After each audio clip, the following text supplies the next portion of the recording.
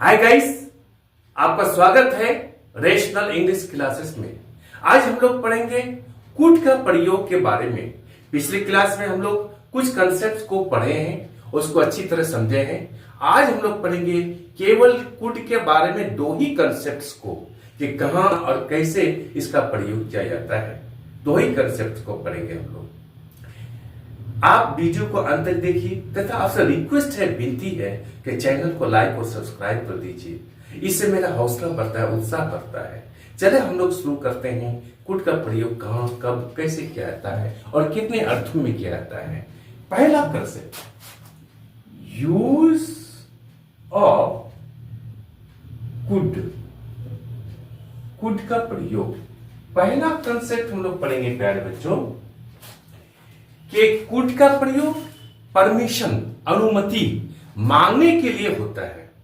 Could का प्रयोग permission या अनुमति मांगने के लिए होता है। जैसे हम किसी से कोई अनुमति मांगते हैं तो हम यहां पर कुड का प्रयोग कर सकते हैं। उदाहरण के लिए, जैसे could I go home now. Could I go home now.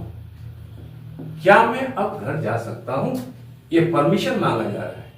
ऐसे सेंटेंस को प्रकट करने के लिए कुड का प्रयोग हम कर सकते हैं। दूसरा सेंटेंस लेते हैं, could I rest here for an hour. Could I rest here for an hour. क्या मैं यहां 1 घंटा आराम कर सकता हूं? यह परमिशन मांगा जा रहा है। तो परमिशन के लिए, अनुमति के लिए कुड का प्रयोग कर सकते हैं। यह कंसेप्ट क्लियर हो गया। अब दूसरा कंसेप्ट प्यारे बच्चों हम लोग पढ़ते हैं। कुड का प्रयोग पोलाइट रिक्वेस्ट, विनम्र निवेदन को प्रकट करने के लिए किया जाता है। एक होता है रिक्वेस्ट और विनम्र रिक्वेस्ट, निवेदन। पोलाइट रिक्वेस्ट को प्रकट करने के लिए कुड का प्रयोग किया जाता है।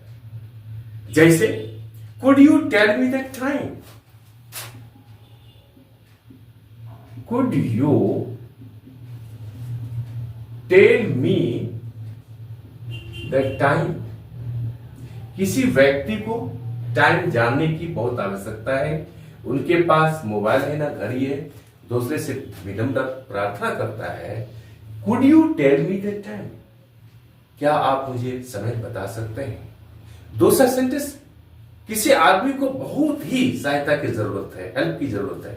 वो क्या बोलता है? Could you help me. Could you help me. क्या आप मुझे सहायता कर सकते हैं? ये विनम्र प्रार्थना को प्रकट करने के लिए यहां पर कुड का प्रयोग किया गया है। याद रखिएगा, कुड और कैन का प्रयोग में क्या अंतर है विनम्र प्रार्थना को प्रकट करने में। देखिएगा, एग्जांपल लेता हूं मैं। Could you help me please. Could you help me please. यहां है can you help me please. दोनों सेंटेंस सही है। Could you help me please, can you help me please. लेकिन अंतर यह है कि कैन यू की अपेक्षा could you help me please इससे ज्यादा विनम्र निवेदन झलकता है।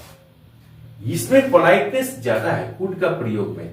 अब कैन का प्रयोग में उससे विनम्रता कम है। यानी आपको जरूरत है, रिक्वेस्ट कर रहे हैं, लेकिन यह विनम्र रिक्वेस्ट कर रहा है, विनम्र पोलाइट रिक्वेस्ट कर रहा है।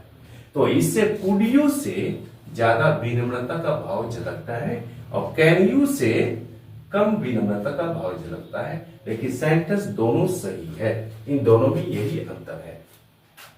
समझ गए? आई एम श्योर कि वीडियो आपको अच्छी लगी होगी। आप चैनल को लाइक और सब्सक्राइब कर दीजिए और बगल वाला बेल को दबा दीजिए, जिससे कि हर आने वाला वीडियोस का नोटिफिकेशन आपको मिलता रहे। आज हम लोग यही तक रखते हैं। कल फिर हम लोग पढ़ेंगे बहुत मजेदार कंसेप्ट को। बाय।